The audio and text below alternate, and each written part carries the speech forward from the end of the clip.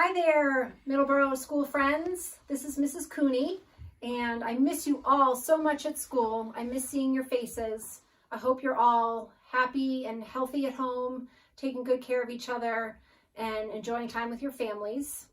We are getting ready to do a little bit more schoolwork while we're at home, and so I wanted to remind you that this is a great time to practice your handwriting.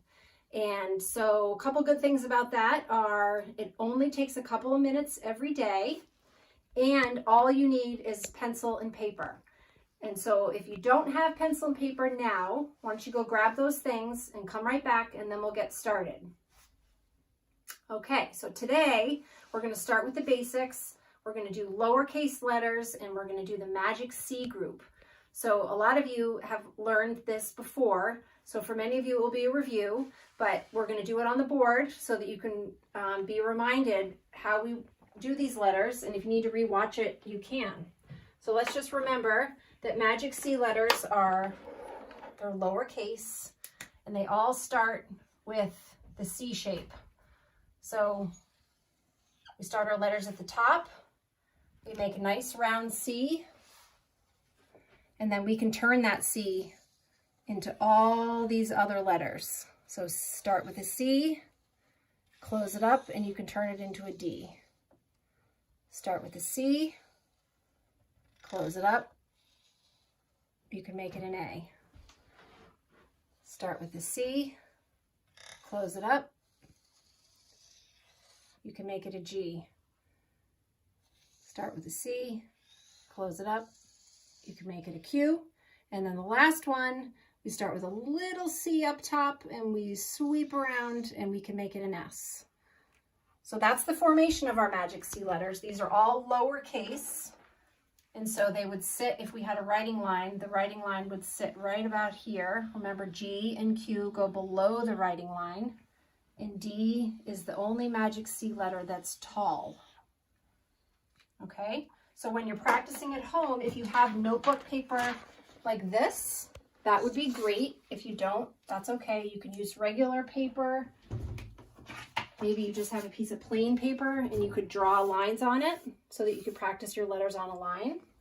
And if you need more help with that, you can let me know and I can help you. I'm going to get my pencil.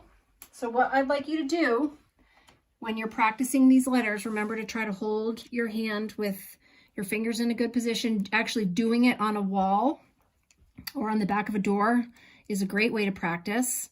And you're going to just give yourself a little guide. So you can put your C and your O and your A and your D and your G, your Q and your S. And then you're going to write 7 of them on each line. You're always going to start your letters at the top.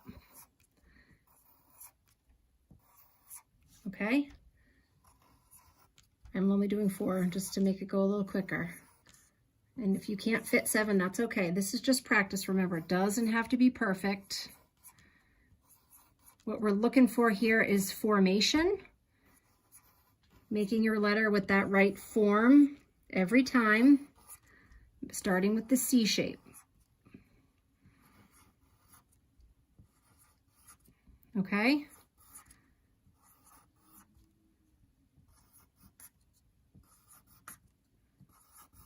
And lastly, a couple of S's. The most important thing is to start your letters at the top and to start with the C shape. So give those a try. Practice just maybe a few a day, a couple minutes a day. You see how quick that was? And if you think of it and you want to email me a picture of what you did, I would love that, or your classroom teacher. And we'll try again next time with some diver letters. Okay? Bye everyone. Miss you.